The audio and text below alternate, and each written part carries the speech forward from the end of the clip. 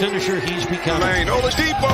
Oh, that's right. You better mean mug after you dunk on somebody that way.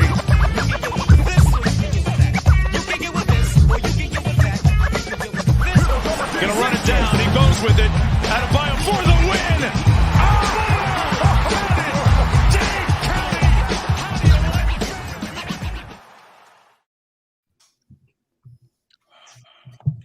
Yup. Welcome to the fucking post-game show on the Fire Reach Sports Network, a.k.a. the Post Up, all that bullshit. I'm your host, Roy A. Shepard. I'm joined by Jonathan Robinson, Ariel Latiz, Brian Young. Thank you guys for joining me. Blah, blah, blah. Squale. The Heat lost to the fucking Cavs again, 105-94 tonight. In a game where we saw a lot of good shit, a lot of bad shit, a lot of in-between shit. We saw what I thought was pretty solid defense in the first half, complemented by horrific offense. And then in the second half, I saw some pretty solid kind of offense coupled with some pretty horrific defense. I saw Max Strus and Tyler Hero minutes. That was a joy. But I'm not going to sit over here and bloviate. Shout out to Stephen A. Smith. I'm not going to sit over here and bloviate about what I saw tonight. We have panelists here who saw some of the same shit I saw, and I want to hear what they saw. Jonathan Romlicon, my guy, give me your thoughts on this clusterfuck of a game tonight. I mean, we came out, and it just seemed like both teams started a little bit slow. Cavs started to pull away a little bit. Kyle got us back into it. It seemed like a lot of the offense was getting funneled through P.J. Tucker. He had 8 points in the first half. This guy. I'm done. I'm with it. If the Heat go 19-15, then Kachi and Chisholm one of the hosts of the Extra Yard will host a post-game show. And I'm all about that. Well, there you go, Kai. Okay. Now you know. I'm sorry. You're good. Second quarter, they pulled away.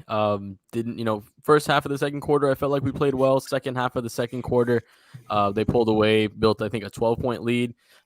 Beginning of the third quarter, I had a lot of hope because they came out. I think it was a 7-0 run, cut things down, made things get pretty close, and then Cleveland pulled away once again. So that was just kind of the story all night. We weren't able to consistently do both things, play offense and defense at the same time. If we were getting defensive stops, we were turning the ball over on the other end and giving it right back to them. And if we were getting a bucket, we were either forcing a stop and then getting an offensive rebound and putting it back, or us fouling him. And, Kevin Love having his season high didn't make things any easier with us. He only started scoring in the second half, and he still had his season high. So tough outing overall. Tough game for Hero. I loved what I saw from PJ. I feel like he's continuing to be Bam light in a way. Basically, he's just essentially doing everything that Bam would do out there, and he's hitting down those corner threes, man. You can't ask for anything more from him. Just not enough tonight for us to get the win. Anthony Leon Tucker Jr. was our leading scorer tonight. I just want to put that statistics. Ariel Latiz, what did you see from tonight's game, my boy? I, for the most part, actually really like the Heat's compete level. I think if you go into this game expecting a win, you're probably setting yourself up for failure, though I don't really feel like that's the way to go because, of course, the Heat just won 2 games that they probably shouldn't have won either against 2 teams that are, better than this Cavs team, though this Cavs team is good. But the compete level was really good. I thought the defense, for the most part, was pretty solid. There's a couple of slip-ups. You got to give the Cavs playmakers, to both Darius Garland and Jared Allen and Evan Mobley, credit because the Heat, the aggressive strategy to kind of blitz the pick and roll and every screen that's being set for Garland works if Garland's not able to, make that skip pass or the dump down pass to the big on the short roll who, Jared Allen, Evan Mobley is the recipient of that, and he's finding shooters in the corner every single time. And so the Cavs are getting wide open threes. And I mean, listen, it's a dangerous strategy. It's an aggressive strategy. Sometimes it works. Sometimes it doesn't. I think the Heat played well enough to be in this game. The game kind of, if Tyler Hero, who's been slumping a little bit, right, since he got back. So I think that's a conversation worth having at a certain point here. If he gives you a little bit more, you're probably in this game if Duncan gives you a little bit more. But, this game was really a game of runs. And there were a couple of runs towards the end of the second quarter and then it's early in the fourth quarter where the Cavs just kind of blitzed the Heat, killed them on the boards. Jared Allen had a big part in that. And, that was the game there. The Heat are at a talent disadvantage. The Cavs are good. It is what it is. You move on. Oh, we're going to have that Tyler Hero conversation this goddamn evening. Brian, your thoughts on the game, my guy? Yeah, I felt like the. Hold on. Wait. I'm sorry. No, Yo, Dan the Film Gent, bro, always joining us. You don't have to give us no money tonight, bro. It's your birthday, man. Happy birthday, my guy. Happy birthday, Dan. All right, Brian, you can go ahead. Yeah, no, I was just gonna say it was an inconsistent game. I mean, it felt like the offense and defense never really caught up to each other. There were moments for both. Largely in that second half with the offense, Kyle Lowry kind of went on a mini run in that third quarter, but it just never felt like they could sustain the offense or the defense for long enough to really make it a close game with the Cavs. They had some runs. They got it. They cut down the Cavs lead pretty significantly a few times throughout the game, but there were almost always moments where the Cavs pulled away. And I know I've been the guy that said like they don't have Jimmy and Bam and save basketball, and I think that this is largely that, but I think that this wasn't a game where they needed Jimmy or Bam to win. It's just a night where they didn't have it, man. I think that if outside of Kyle Lowry and PJ Tucker, they had gotten consistent offense from either Duncan or Tyler or maybe one of Gabe or Strus, they probably would have won the game, but they didn't.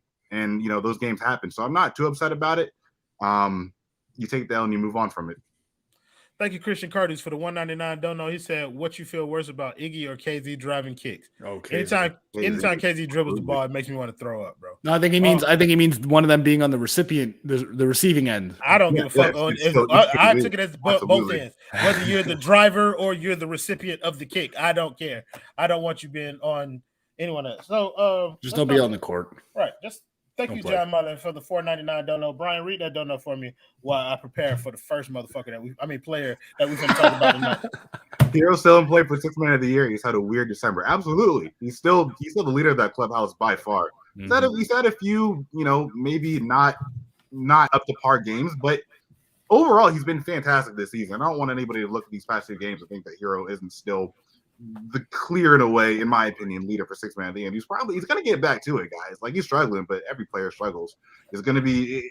I don't think that we're that far off from another, Hero damn near 30-point or over 30-point game. Like, we're going to be talking about him as maybe an all-star again, like relatively soon. So don't freak out about Hero's recent struggles.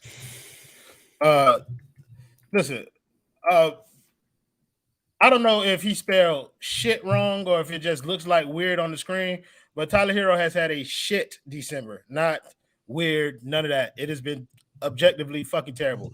Thank you, Nick Ordonez, for the $1.99 dono. He said Cavs have to be the most annoying team this season. They have 3 people that are damn near 7 foot in their starting lineup. We can't do anything about that. My man Jonathan Rumka said he got something from me in the private comments, and I'm intrigued now because it's distracting me. Please show it to me. You got to start the next conversation first. Okay, whatever. Somebody said Roya has the Heat logo is giving me a halo. That's because I'm an angel, Michelle. Ready for that Tyler Hero slander? It's about to go down. Hey, look, bro.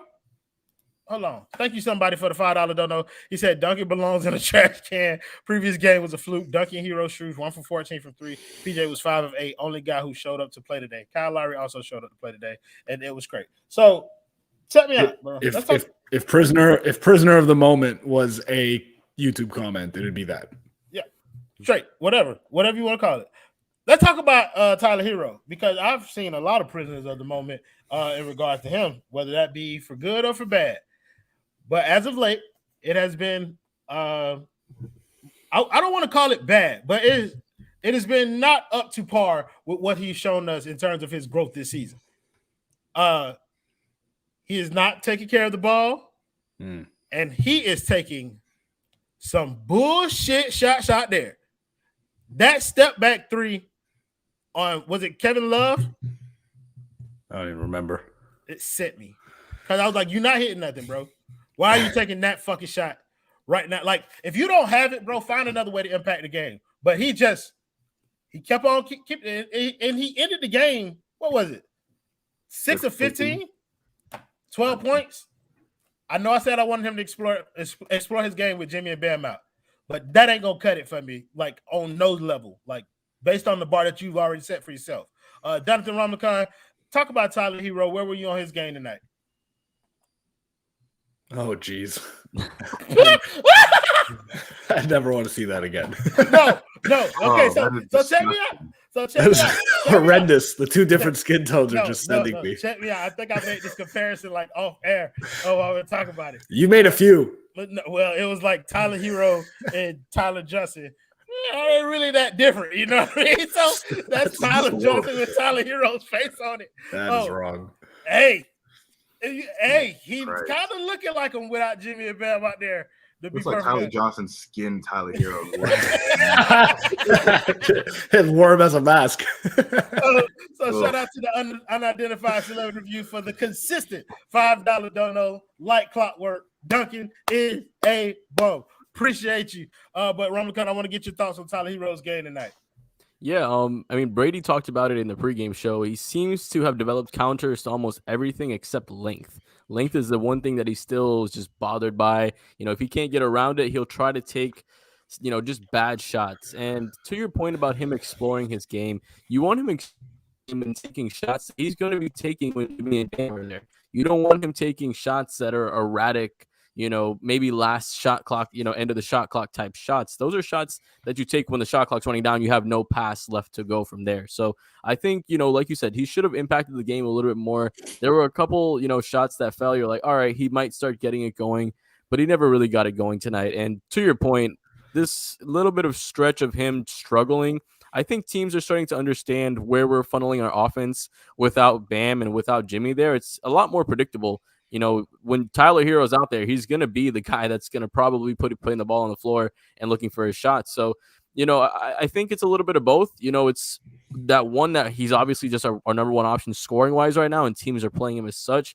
But as well, like you said, he's going to have to do things that translates to the game when they come back. He can't just be taking erratic shots. Yeah. So I think you make really good points about Tyler. I think one of them. The more interesting things is about how he struggles against length.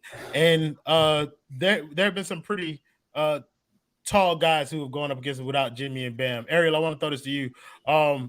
Is it only the length that is worrying you? Or is it okay that he's only struggling against length? Or do you believe it's more to it in this little stretch that he's having? I don't think there's more to it as of right now. I'll preface, my take by saying that, it's a long NBA season and there's going to be peaks and valleys. We see this every single year. Listen, man, I know Royal wants to drive this conversation a certain direction, and I respect his resolve. It's going to go that way. All right. Well, I respect your resolve, but it's not going to go that way with me. What I'll say is this: look, for sure, he's had a rough stretch in December since he's come back from the week or whatever it was that he missed. He's averaging 16.5 points per game. Other than the Memphis game where he shot 11 of 19, had 24 points, the percentages haven't been very good, and he's had some turnover issues. I think without Jimmy and Bam, he's kind of being put in a role where we've seen him previously be unsuccessful in as recently as early last season, where he had to be one of the primary ball handlers. He's not really that. When his job is simple and all he has to do is get out there and get buckets, that's where we've seen him flourish. And it's changed a little bit in this recent stretch. So I don't think it's unreasonable to, kind of almost expect him to have a little bit of a tougher time without Jimmy and Bam. That's kind of standard. Naturally, he's going to struggle with some length because he has a hard time creating separation. So the Heat have to kind of get a little bit more creative in how they spring him for his looks. Maybe that's, more high ball screens, more actions that get him going downhill a little bit earlier, as opposed to kind of shortening the court and have him, have his screen set below the 3-point line. There are some adjustments you can make. But at the end of the day, I'm not worried about him. I think, you're going to have 10-game stretches where you average 16, 17 points per game. You're going to have 10-game stretches where you average 23, 24. We've seen that this season. So I don't feel like, I feel like it's a conversation worth having, but I'm not ready to say that I'm worried. I just you want to see him play better, and I think that he will. So you said several things in that soliloquy that I disagree with. Naturally. But, we have other people on this show that we must get to speaking here. First of all, we have Kang Ricky on here. Welcome to the panel, my guy. Hello. Thank you, Pride by Pack TV, for the $1.99 dono. He said, Adam, breaking news, Barai has something to say, and a man of his word. Adam Barai has joined the post-game panel. So he came in second. Actually, he got money attached to his name. So, Kane Ricky, I'm going to throw it to you after that. Barai. No worries. People want to hear your thoughts. Give them your thoughts. I'm not gonna give. No, I actually want you to talk about this conversation that we're having right now because I saw something pretty interesting on Twitter. That's why I'm here. Look at the name. Let's talk about 14 reasons why. Let's talk about Tyler Hero. Ariel said a whole lot of things that just don't matter to me. A lot of things. I respect everything that you say. I respect everything that you. I don't give a fuck. Fair enough. I just disagree. My whole point, Tyler's great. He's been great. He's been amazing this season. He's been a bargain for $3 million, which is what he's being paid for his third year. He's been amazing. But he's had an opportunity over the last 2 weeks to take over. Jimmy's not there. Bam's not there. He can take as many shots as he wants to. He hasn't been doing so, and he hasn't been showing up the way that we've expected him to. There were some people, I know it was a joke, but there were some people that were saying Tyler's going to score 70. Is that you, Brian? That's right. Yeah, but there was the expectations are so high on him, and he's not taking advantage. He's not taking over. He's not doing anything. We're assuming I expected 70. No, yes. But I do know we've had conversations about him. High. Yeah, we've had conversations about scoring explosions from Tyler. Yeah, like we've talked about him off air, talked about him. But like, we've said where have we said that it's most likely to come in games where like everybody's out? Because that's not I don't think that's reasonable to expect. If you guys are going to comparing him to a guy like Devin Booker Booker with nobody will average 25 a night. If Tyler can't do that, no, he can do that without Chris Paul. If Chris Paul's not playing, DeAndre Ayton's not playing, if nobody's playing, Devin will get you 40. If nobody's playing on the team, Devin will get you 40. Tyler can't do that. He'll never be able to do that. And that's my whole point. 25 games into the season, people were calling him a star, calling him an all-star because he's averaging 21 points a game.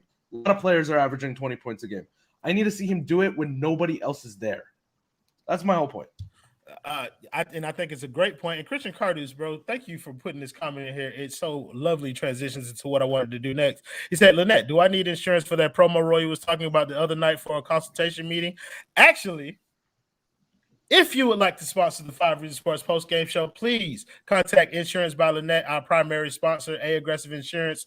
Visit her at www.insurancebylynette.com. You get free phone quotes when you call there. Also, she's also running a new promotion for us. Anyone who schedules an appointment for a personal insurance overview, either in person or via Zoom, and they mention 5 Reasons, you will receive a free vacation voucher to your favorite destination. So again, call Lynette, schedule a personal insurance overview, mention 5 Reasons, and you will get a free vacation voucher. No purchase necessary. Please visit her at www.insurancebylynette.com or give her a call at 954-581-8800. Also want to thank CPT Florida. If you have a small business, please visit CPT Florida for all of your IT needs. They do phone services, they do communication services, they do video security, all of that kind of stuff. They handle at CPT Florida. You can give them a call at 954-963-2775 or visit cptflorida.com. So, King Ricky, I'm sorry I said a lot, and you have gone by the wayside to the loo. And you're back. But let's move the conversation forward. Oh, there you go. Ricky? Yes, sir. You out there in the dark in your car, and I feel worried for your safety, so I want you to get this takeoff. Talk about Tyler Hero. Should we have expected more during this stretch, or is he fine where he is?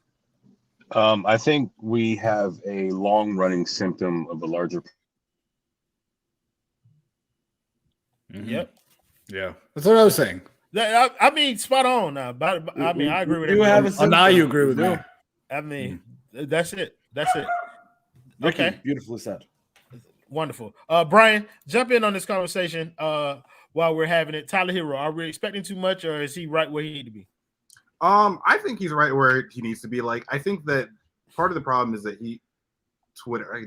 Heat fans have this perception of who Tyler Hero can be, and I think it's a little bit higher. I think that we're jumping the gun a little bit. Like, I know Tyler's made his own, proclamations about being in that Luka Trey conversation, and I've been one of the people who said that he could be an all-star given where the Heat's record, or in the all-star conversation given where the Heat's record would be, and then there's the Devin Booker, like a lot of wild conversations, right? But I think that realistically, we have to keep the perspective that Tyler's still a 30-year player. He's still learning how to be, a I don't want to say elite, but a very, very good scorer in the NBA. He's done his best work playing off of guys like Jimmy and Bam and Kyle, and without two of those guys, it's tough. I don't expect Tyler in his third year to be, lighting up the league when he has KZ Okpala and Gabe Vincent and Max Strus next to him. Like, I think that having these reps and having these failures and learning how to be a better scorer is good for him. But that is not the conversation that we have been having about Tyler Hero all season. That's not the conversation because, again, people's expectations are like way up here. Someone is better. You also have to consider circumstance. What do you mean circumstance? You have to, because you're putting a player in a position where he's not likely to succeed, and now that he's not succeeding over a short stretch of the season, we're using this opportunity to have this conversation about how he can't be that dude. What I'm saying is, we're not saying he can't be that dude, but he's not that dude. We're saying that he's not, and that's been the point. Adam, you said he would never be that dude. Wait, okay, let me jump. I agree. I don't think he'll ever be that dude because he has the physical limitations that I just don't think he can overcome. But other people will say he can be that dude. He's 21. He's young. He's growing. He's averaging 20, almost 19 now in his third season. Phenomenal player. Great season. I just don't think he's that guy.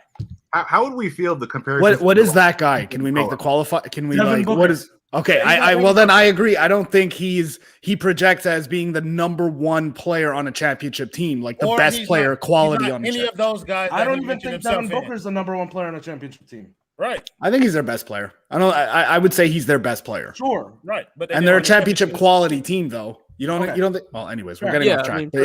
Sure. I understand. So the conversation about Tyler that we have is a different one because even during the stretch where he was playing well, it was still the same observations. Okay, he's doing this. Kudos to him, but he still needs the same set of circumstances. He still needs that screen to get open. And it's like, no, I seen him do something about it. And then the night you see him get stonewalled by Kevin Love. That's not entirely accurate though, because he's like shown. I don't have the number in front of me, but I bet you he shoots above league average on contested jump shots. I bet you anything. Like he's been. That's not the point I'm making. I'm talking about the thing is that you don't need to get open. He needs to get to the rim, but he can't do that. That's not true. I mean, listen, he's not a high volume getting to the rim type of guy. I agree with you. That's like probably the one area of his game that you want to see improve the most. The more you get to the free throw line, the more you're going to score. But I mean, he's shown like there are glimpses. Like he does get to the rim. You get him a screen and he gets going downhill. He gets to the rim. He's third on the Heat in drives per game. And I think he's above league average. You're making my goddamn point. But the point is he can't get to the rim against 50-year-old fucking Kevin Love. He needs a high screen. He needs a high screen, not one at the 3-point. He needs one near half court to gain steam to get to the rim.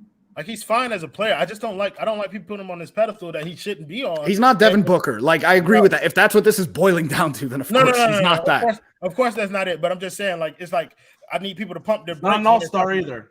Right. He's not that. No. CJ McCollum either. He would have gotten consideration if they were top three. If he was that guy, he would have got consideration anyway. Ramakan, you haven't talked in a long time, but I just heard you say that Tyler Hero is CJ McCollum.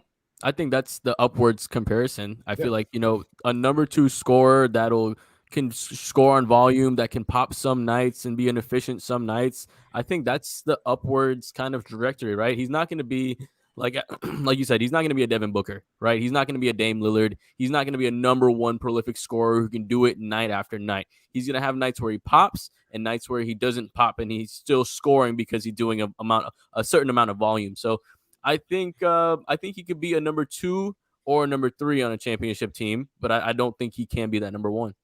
Yeah, I don't hate CJ McCollum. Like I don't hate. It's a really good player. CJ McCollum. I don't hate that comparison though. Like I don't hate him saying like that. Could be having a CJ McCollum for the next 10 years. I'm fine. Like he's a little bit bigger than him too. I mean, it's not a bad. Yeah, it's not a bad comp, but it's the best one I've ever. It's the best one I've heard. Name a better one. Buddy Hield. No, he's better. Buddy can dunk. Yeah. Wow. That's also like I don't know if he's better than Buddy Hield, but CJ's a little too saucy for me. Buddy also came into the league in his prime. Right? He came in like 2 years after his prime. Thank you, all, bro, for the 199. Don't know. He said, "What you seen from Duncan? Would you trade him for Love?" Oh God, no. He can't. You can't do that. Why would I do that? Contract, man. Yeah, Scotty, thank you for the $5 dono. He said Heat are 7-1 against the Jazz, Nets, Bucks, and Bulls. 0-2 against the Cavs. Go figure. Duncan shooting 33% from 3 this season. Duncan is a bum. Yeah, we've kind of bashed on Tyler for a little bit. Don't worry, I got a little bit more in the chamber, but I'll say that from down the road. Let's go to somebody who we've been consistently shitting on all year, and that's Duncan Robinson.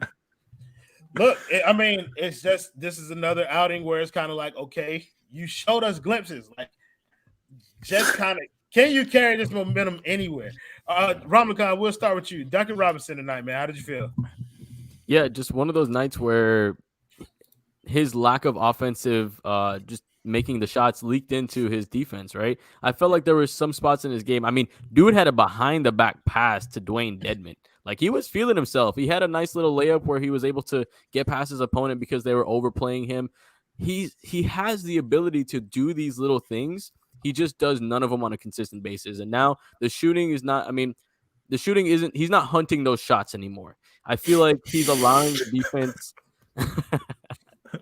I feel like he's allowing the he's since the defense is so tight on him, he's giving up before he's even getting the looks. He's like, okay, this guy is playing me too tight. I'll just run around and be gravity. I'm not really gonna hunt the shot. So I feel like he's not really just getting to that hunting those shots anymore. And I think that's kind of what we want him to do a little bit more. I mean, you have PJ Tucker. I can't remember who said it. Somebody on Twitter said that he's screen. I think it was Brady actually, that he screens like an offensive lineman. Like, you have PJ Tucker do handoffs with you. He's gonna get you some space. Like, you should be able to hunt some of those shots a little more than he should. So, just disappointing game overall without Jimmy and Bam. I think you want him to shoot, to score a little more. He did a decent job recently, with I think it was against the Bucks. He had 26 or something like that. But yeah, unfortunately not tonight. Good takes. Brian, how much optimism you got left in the chamber on your boy Duncan Robinson tonight? I got none. Bro, I'm so sick of Duncan, man. Like, wow. Listen, man. Whoa, I was not expecting that. It's a farce, man. It's fake. Like, I'm trying to hype this guy up, but he's so goddamn inconsistent. Like, and I know it's all up here. I guess that's where the positivity is. I don't doubt Duncan's ability. Like, I still think that, given, like, normally, if I had to bet money, I would bet that Duncan is generally going to be a 40% three-point shooter. Like, I don't think he forgot how to shoot after however many years he's been playing basketball. But you see it, man. He misses his first couple shots, and then the rest of the game, he's like, I guess I suck today. I'm not going to do anything. Right? And it's like, dude, and I think Norris Cole mentioned this on one of the spaces, that Duncan, because he was paid to be an offensive player, then he lets that drive the rest of his game. Whereas, if you're a PJ Tucker and you miss a couple shots, you're paid to do other things. It doesn't really matter. But with Duncan, it spirals, man. And we saw it last game. He's capable of having really big games, capable of getting hot. But tonight was just another example of inconsistent Duncan. And it sucks to see. I hope he eventually finds his mentality, man, and gets back to doing what we know he can do. But it's rough to watch. I know normally it would be Ariel's turn next, but I'm sick of listening to him saying everything will be fine. So, Adam, let's ask you this question with the 199 dono from John Mullen. Thank you, my brother. He said, Adam, what's Duncan's trade value? I think he still has value. Just inherently as a contract, he has value. As a big contract of $18 million, he has value. As a player on the court, the product, I still think he can turn around. I think he'll end the season at 38% from three. Still has that chance to turn it around. I think he will. I just think it's just one of those down years that a shooter has. He's going to be in the league for a long, long time. And if you look at the greatest shooters, I'm not saying he's one of the greatest shooters, but if you look at the greatest shooters, they have seasons in there where it's just not good, and it looks like they just haven't played like themselves. Maybe that's one of those seasons for Duncan. I'm going to bank that it is, just because of the body of work over the last 2 years. I still have hope for him. Would I trade him immediately? Absolutely. I just don't find him as a part of the Heat's success long term, because I just don't value any player that isn't available in the last 5 minutes of a playoff game. But he still has value, and that's the most important part. Somebody better start running. I'm sorry. Oh, wait. Oh, that's Adam? Yes. I'm in the hood, man. In Boston?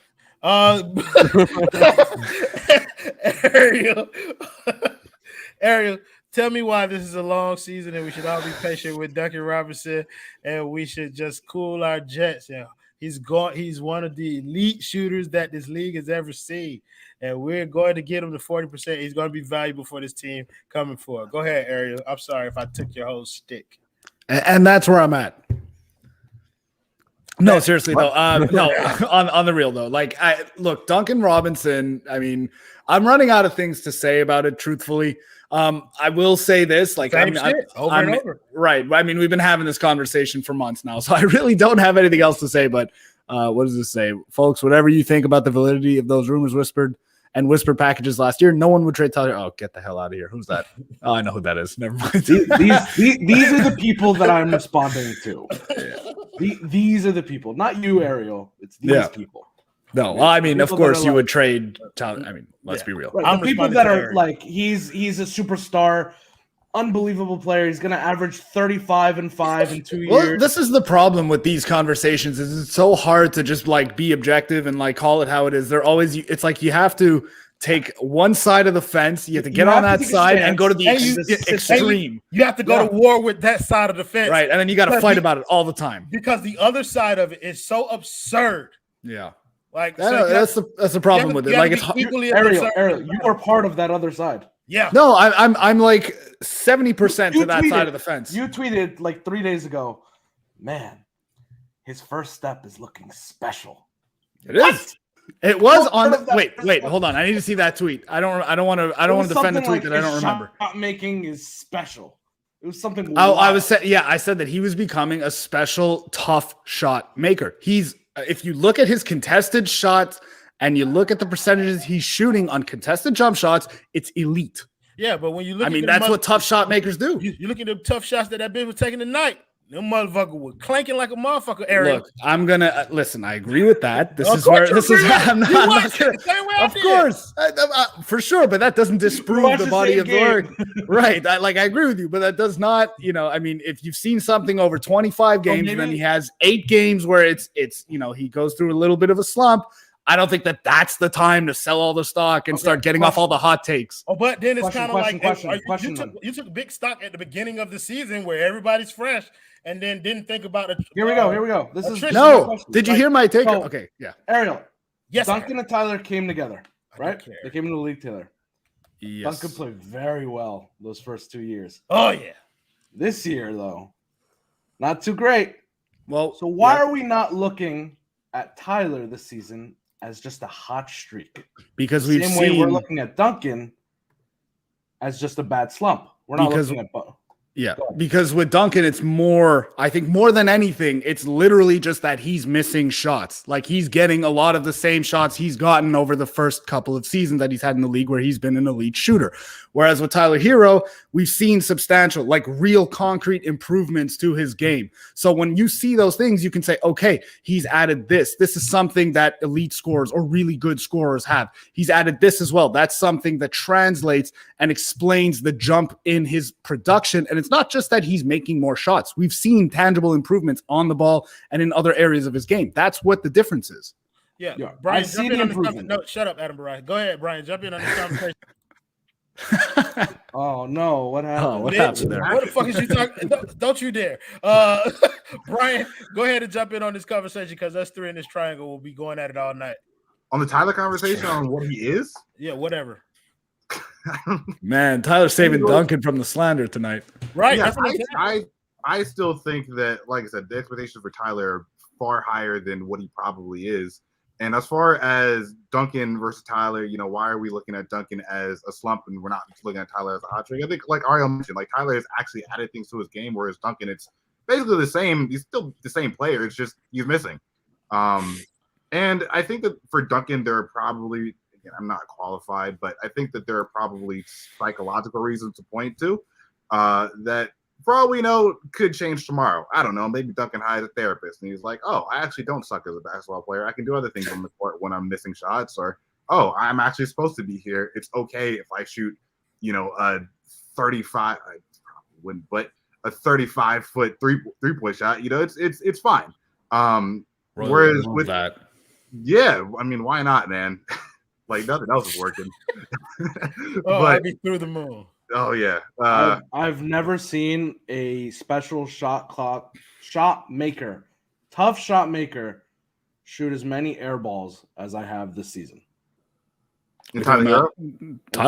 Yeah. Really?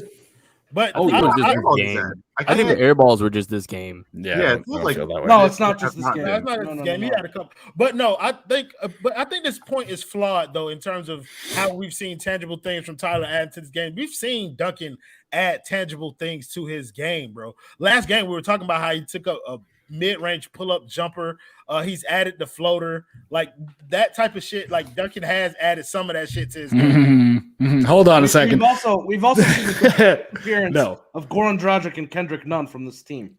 The thing with Duncan is though that like he doesn't ever a lot more shots. Yeah, but Duncan almost never uses it. That's why we go crazy when he does, right? And he's successful with it. I was trying to push the agenda last season that because I saw him make like 2 mid-range jumpers last season, like literally 2. I'm not exaggerating or under like 2 mid-range jumpers. And I was trying to push the agenda that Duncan Robinson is adding that to his bag, and then he ended the season with like less than 10 mid-range jumpers made. So like it's not actually like maybe he has it, but it's kind of like Bam's 3-point shot where he'll take it once in a blue moon and you're like, oh wow, like look, he can do that. No, I mean until you start doing it, you don't really have it in your game. So why is that not on par with what Tyler Herro's because done? Tyler's been doing these things all season for 25, 30, like 25 games. Like, that's a sample size. It's not nothing. Sure. It's not just hot shooting. It's actual improvements in your game. No, but sure. But what if this now? What are these 8 games? What are these 8 games that we're talking about now? To me, well, that's what I was trying. That's the perspective that I was offering earlier, and you jumped all over me. Was where I said that he's being put in. He was being exactly. It's a smaller sample size though, and he's being put in a different position where we've seen him be unsuccessful in the past, where he has to be the primary guy initiating the offense when he's on the court.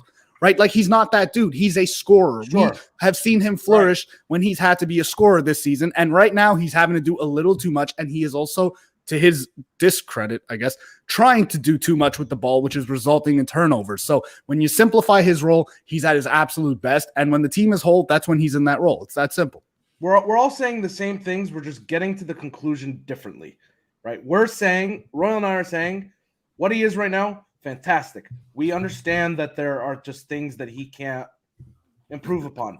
We understand that there will be difficulties. There are stretches where he won't be able to contribute the way we want him to. Right now, what he is great, but we just don't think he's that guy. And you might not think that either. But he's not that guy. And Christian Cardus, we are not saying he's either Steph or Lou. We literally talked for 15 minutes about how he's CJ McCollum right now. Okay, so get your light skin shooter right. That's the first thing. Second thing is we're not only saying he's CJ McCollum, but we're saying if he's CJ McCollum right now for the next 10 years, that is phenomenal. It's a home run at 13 in the draft. What he's doing right now, phenomenal for the next 10 years. If he's a 20-point per game scorer for the next 10, 12 years, amazing. See, but how many people? I'm just wondering how many people are actually saying that Tyler is a lot more than a CJ McCollum. Like, how many people are saying that he's actually Devin Booker or whatever astronomical? Some people say that. Some people say that, but it feels like a loud minority as opposed to an actual take that people have. Twitter is a very different place from the rest of the world, man. Yeah, Twitter's not real. Like, it's a fantasy land of stupid. Yeah, true. Like, that's who our audience is. So we talk to them. Like, they talk crazy to me. I'm gonna talk crazy to you. Somebody, thank you for the $2 donor. He says Sioux Falls about to be home of the Brick Podcast. I don't know if it's gonna be Sioux Falls or maybe somewhere out of the realm of this organization. Ramakan, you've been quiet for a very long time. What do you want to talk about? Let's talk about how good PJ Tucker was tonight. Thank you. Aaron, you want to talk about something positive? I want to talk about Pete. I've been positive all night. You're the one trying to turn this into a let's kill everyone. I'm turning it into the truth. Which is what it is. I'm turning it into a courtroom where people get their bad takes. Subjective. It's not subjective. It's the reality. Go ahead, Jonathan Ramakan. I mean, just looking at the stat line, before we talk about his game, which we obviously saw amazing. I mean, 23 points on 9 of 15 shooting, 5 of 8 from deep, 9 rebounds, 4 of those being offensive board, 2 assists, and a steal. Like he was everywhere. At the beginning of the game, he took 6 shots. Pretty much everything was getting funneled to him. I mean, he knocked down 2 3-pointers early. When we were trying to cut the lead back down again in the fourth quarter, he was hitting shots as well. The offensive rebound, I don't understand how a man his size can offensive rebound so well. The way he's just able to put himself in the right spot, understand, I guess, where the ball's going to bounce, getting those long boards and just muscling guys out of the way, man. And everything he does with so much passion, right? Every single thing he does it to try to win the game. And when he messes up or when something goes wrong, he's visibly upset. And I just love to see that about somebody because it shows how much he actually cares.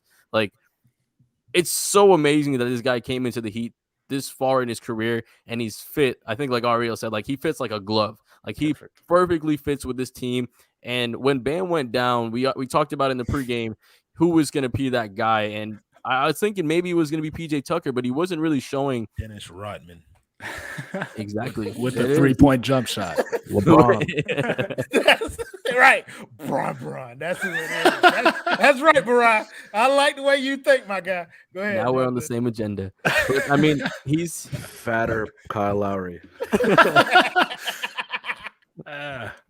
He's just doing everything, man. I mean, I feel like with Bam going down, we were kind of feeling hopeless about who's going to be that one guy to just glue everything together, to set screens, to do little handoffs. He's done everything you can ask from this guy and even more. I mean, how can you not love him, man? Every time you watch him play, I just enjoy and cherish him in a Heat jersey every more. So I'm just thankful to watch PJ Tucker play in a Heat jersey. And it was enjoyable tonight, although we didn't win. It was still really fun to watch him hustle. Michelle Tucker has an agenda to push. Go ahead, Adam. He's Patrick Beverly with hygiene and shoes. But not homeless. Right. Michelle Tucker has this agenda that she's trying to push. Go ahead, Ariel. I was going to say everyone doesn't hate him. Right. That's what I was about to say, too. Ariel, let's kiss and make up. Let's talk about something that we can both agree on. Yes. PJ Tucker.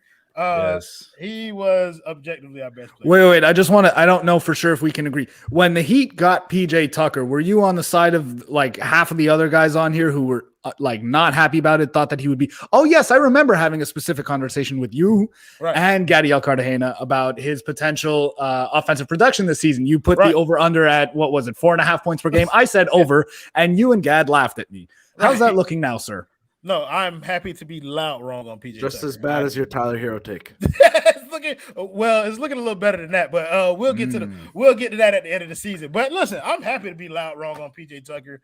He has been bar none my favorite player to watch for Miami this season because he is a happy surprise for me, and it's just like such a sad team. Yeah, he should be here forever. Go ahead. I want you to get your shit off about PJ tonight. He's been fantastic for them, man. Like he fits everything that you want to have next to Bam when the team is whole. For the most part, you probably want a guy who can put the ball on the deck a little bit more. But I mean, he's like shown this like little intermediate area mid-range floater that's like automatic. It's almost as good as Tyler's mid-range jumper when it's contested. It's unbelievable. And like we never knew that he had that in his game. And so, man, like I think I tweeted out that, if there was like a points saved stat that was kept by the NBA, that he would lead the Heat for sure, him and Kyle Lowry, because there's so many possessions where like a dude's going to get a bucket or, the Heat's defense is in a compromised position and he just makes like a, really good rotation where he's able to strip the ball or why draw are a they charge. in a compromised position?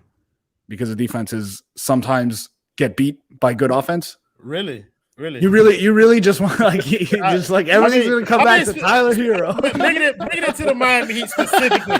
How do the Miami Heat specifically get beat on defense, Ariel Latias? This has nothing to do with anything we've discussed. It's not Kyle, PJ, Bam, or Jimmy. It's Kyle sometimes. Hold on a second. I don't know. Hey, man. It's Kyle sometimes. Let's be honest. That defense ain't all it was built to be sometimes. Like, I ain't going to lie. But there are some people who are known. And two of them on the court tonight at the same time. Well, I mean, we've known for a very long time that you don't want to play Duncan and Tyler at the same time, and that the defensive numbers fall off the cliff. I don't think anybody is trying to make the argument that Tyler Hero's a great defender. So I'm not sure where you're trying to take this, guys. Smoke flipped it on us. He played Tyler. I'm taking it away that corners you.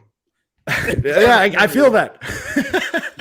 No, but I don't even know where I was going anymore. But I love PJ Tucker. I love PJ Tucker. I mean, from the jump, I was juiced about that signing. Anybody who thinks that he's overpaid, Kendall, at $7 million a season, which is below the mid-level exception, Adam Barai up there. I mean, that's craziness. That's less than what an average NBA player makes, and I think that he's producing overall, like the entire impact that he has on the game is at least an average NBA player, if not better. I would argue definitely better. So yeah, well, when we signed him, we thought he was going to be less than an average NBA player. Well, look, he's surprised everybody. Like, he's been much better than anybody could have expected for the Heat. He's having a career season offensively at like 36, 37 years old, which is astounding.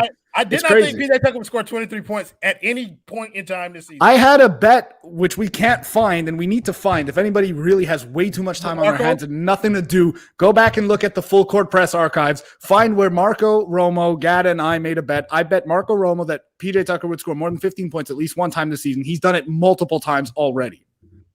I'll get my intern Brady Hawk on it. Oh, we should get our social media, whatever in the fucks that Ethan named, to do it. Ricky, you're one of them. Go find the thing that he's talking about. Somebody, thank you for the $2 donut. He said PJ's a beast yet again, showing he can do it all. Yes, he can. PJ can play point guard for us at this point. I'm sorry. I keep doing that. Thank you, Prop by Pat TV for the $1.99 dono. He said, who was a better signing, PJ or Crowder? PJ. Well, definitely PJ, because you didn't sign Crowder. And it's also way too early to make that termination, if we're being honest. It's PJ. No, I think it is. It's PJ. I mean, it is in the sense that Jay helped you get to the finals. Sure. We can run offense too. Right. Correct. Yes. Better. PJ Tucker is the fulcrum of our offense. Like if you said you get this PJ Tucker that you've had so far this season for sure in the playoff run this season, I mean, it's PJ Tucker. You can't, because PJ Tucker tonight was bam. Brian, PJ Tucker. Yeah, I'm amazed by PJ Tucker. I was one of the people who didn't believe in PJ Tucker at all because he was 36, and I'm like, bro, there's no way.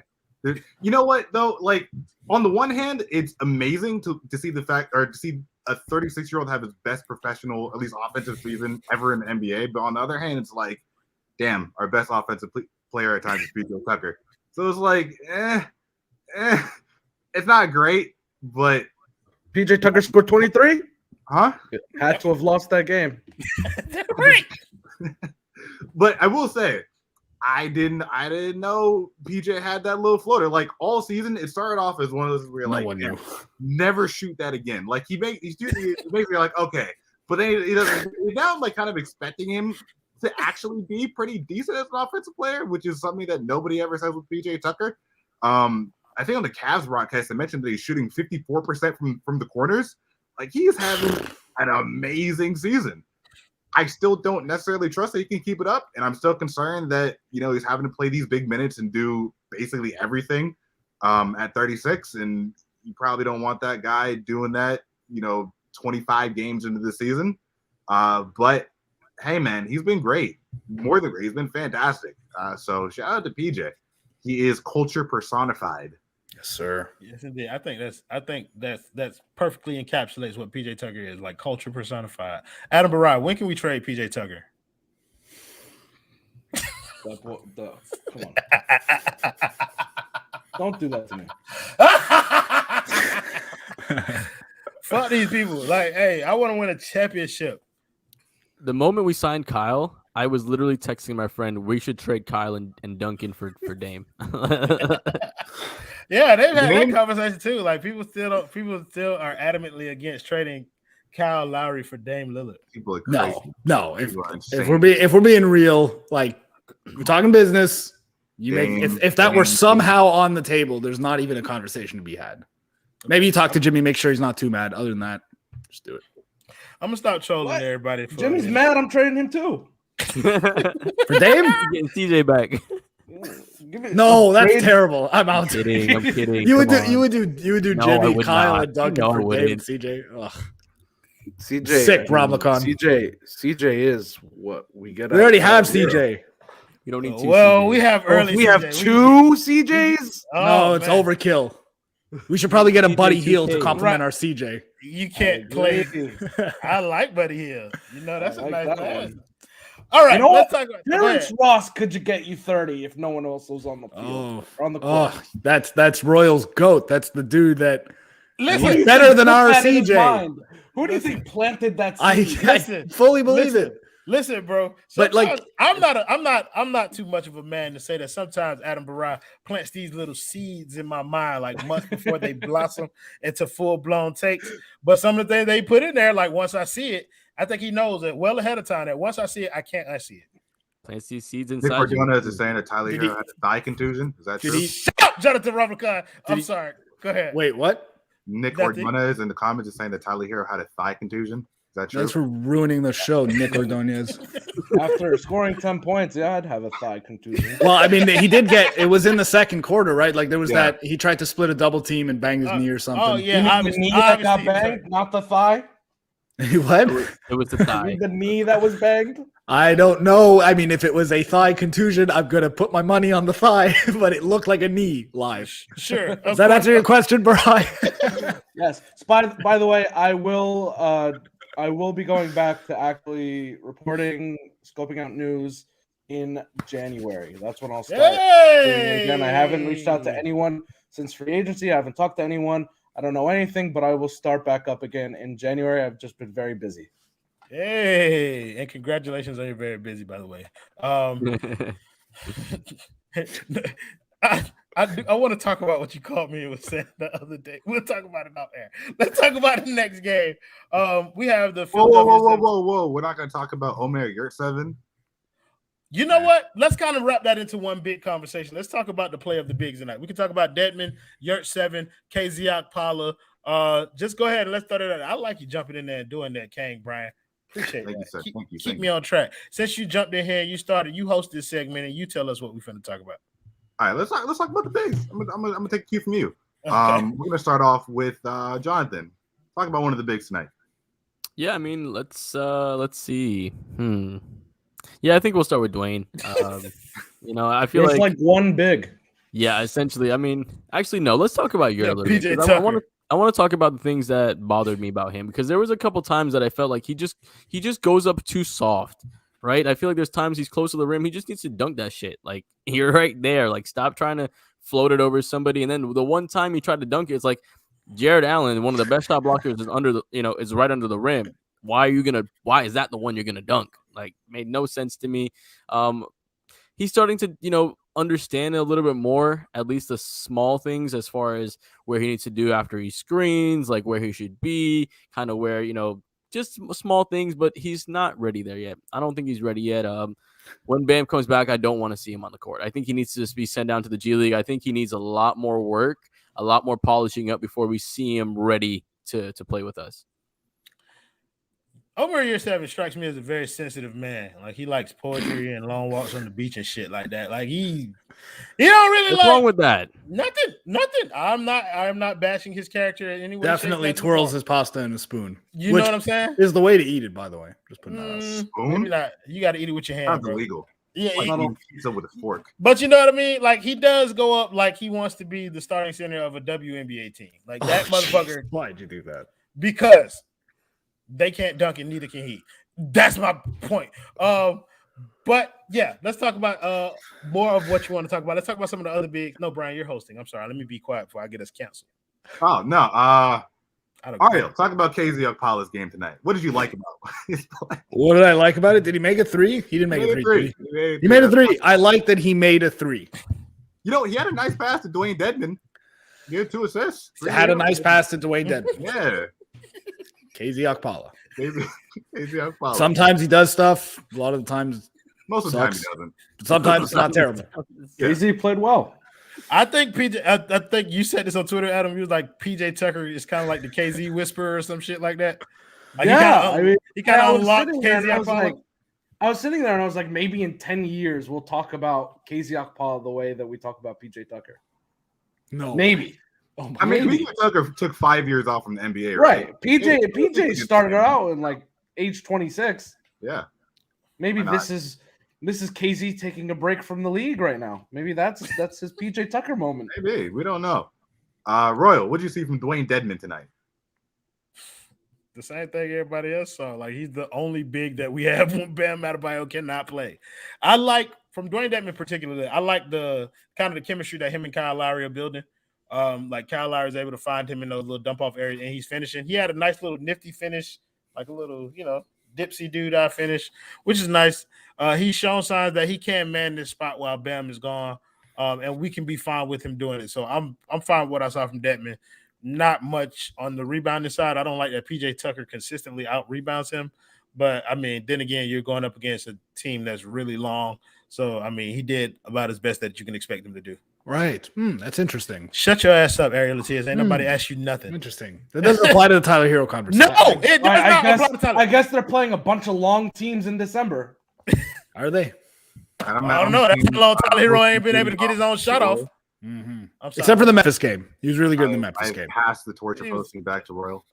Thank you very much. 5'8" Desmond Bain. I don't think that was his primary defender, but Desmond Bain's a very good defender. 5'8". Sure, but Tyler Hero can shoot over him. Like, Tyler Hero can just jump up and shoot over him. Right. That's what he wasn't guarded by Dylan Brooks at all. All right. Otherwise, he wouldn't have had that good game that you're talking about. He's a very good defender, but Dylan Brooks ain't. Obviously. So let's talk about the next. He's bigger than Tyler. Okay, let's move on. Well, Dylan Brooks. Yes. Yes, sure. And he's also stronger than Tyler and longer. Tyler. Yeah. Yeah. Right. Mm-hmm. Yeah. And better than Tyler Hero by a long shot. No, but okay. Podcast. Easy. Let's talk about these next game against the Philadelphia 76ers. Ariel, let's start with your positive, Ash. I know you're feeling good. Go ahead and tell me all the wonderful reasons why Tyler Hero is going to lead us to a victory against this team. I'm feeling good because the reality is that whether or not the Heat win, I just want Tyler Hero to explore his game while Bam Adebayo and Jimmy Butler are out. I don't care about the numbers. I don't care about the production. I'm not going to take anything away from these games, and I'm certainly not going to overreact when he doesn't produce the way that I unreasonably expect him to produce, because he's not in a good position. And realistically, I just want him to explore his game. Also, none of these games count when Bam Adebayo, Jimmy Butler, and Caleb Martin are out of the lineup. And so, win or lose, it is what it is. Long season, lots of home games in the second half. Go Heat. Fake basketball. That was a pretty good take, and I like that you threw Caleb Martin, the guy on the two-way contract, on there to come in here and save Tyler Hero's ass. Brian, the boy feeling good? The boy feeling terrible, bro. Joel Embiid, I think he was out tonight with some kind of rib shit, so I don't know. Maybe he won't play. But if Joel Embiid plays on Wednesday, oh god, so it's gonna be like wilt in like Joel Embiid versus Dwayne Dedmon, Omar Yurtseven, and Okpala. That's bad. You don't even need 4 other players on the court. This is a let's see what Tyler Hero can do with the ball. Hopefully he can score 30. Just give him 30, maybe give him 40 shots. Just see what happens. Yeah, why not? There's literally nothing else we got going. I feel like we're gonna get a really good have that going. I don't know why. I mean, he's got Tyrese Maxey, so Kyle Lowry should have a pretty nice game on Wednesday, but it's not gonna be good. So the boy's feeling terrible. Jonathan Robinson, the boy feeling good? The boy feeling good. Fuck the process. They still haven't got a championship out of that shit. Right? What was the process to get to the second round? I mean, fuck him. Fuck the 76ers. No matter what, we're going to blow that shit out. Thank you for coming to my TED Talk. Yes, Jonathan Robinson. Adam Barat, the boy feeling good? What are you guys talking about? We're talking about the Heat versus Philadelphia 76ers. Oh, okay. The last few times that the Heat have played the Sixers, they have been underhand. They have had. Did you hear me? No. Hell no. Underhanded. Oh. They have not had their full team in any of the last 4 or 5 games. They have kept it competitive. They played the zone a lot, and they blew the Sixers out in 2 or 3 of the games in the past 2 seasons, one of which was in Philly. They will keep it competitive because they have been competitive with the Sixers over the past few years, and they were shorthanded in those games as well. Tyler, I expect them to bounce back. Kyle, he's a Philly guy. He's going to bounce back. They will play well. I would not be shocked if they end up winning. I was gonna go to this game, but I didn't. Good job. The Heat are about to blow that shit out. I don't know why y'all thought anything different would be. It's gonna be in spite of Tyler Hero.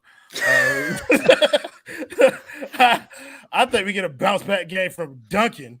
But I think Duncan is the one with the bounce back game. Of course, I think Tyler like evens his shit out. Like, of course, this whole show I've been like poking the bear for no reason. But yeah, he's fine. He's okay. I think he's gonna throw up a clunker. Maybe not this game. I think he's gonna do well this game. But I think Duncan Robinson's got the player that we should look at to have the bounce back game. Kyle Lowry is a good point. He's home. I think he's gonna want to play well in Philly. And Adam Barai made the point, like nail on the head. We've played this team well consistently. You know what I mean? Like, it doesn't matter who we get out there. Fuck the process. In the words of my man, Jonathan Ramakan, we're going to fuck them up and fuck Brian's pessimistic ass view on this game. I'm pretty sure they lost in overtime with this same roster, just minus Kyle Lowry and Dwayne Dedmon. Yeah, you talk about the Tyler Hero, Gabe Vincent, Max Strus. Yeah, it's the COVID game. The same exact lineup. Yeah. You know what? Since everybody is positive and really believes in Tyler Hero, I'll make a bet. The Tyler Hero scores 60 points on Wednesday.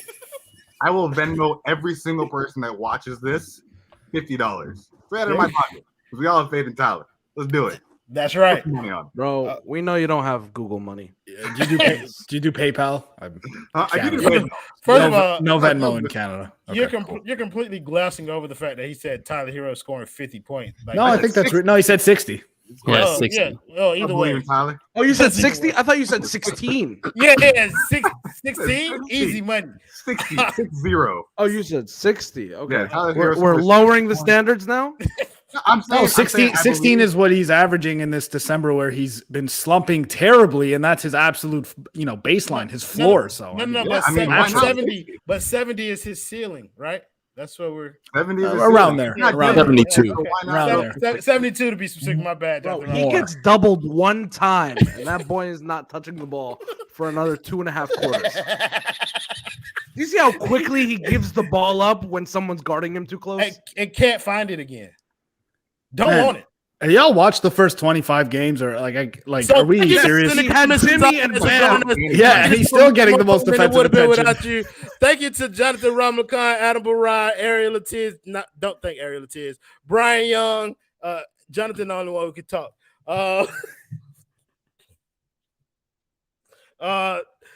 I forgot who I think. I think I thanked all you motherfuckers. It don't matter. Catch us on Wednesday when the Clutch Corner takes over the post-game show. You'll catch these guys, except for Ariel, who I'm about to fire after we get finished with this shit. Yeah, play the video, Jonathan.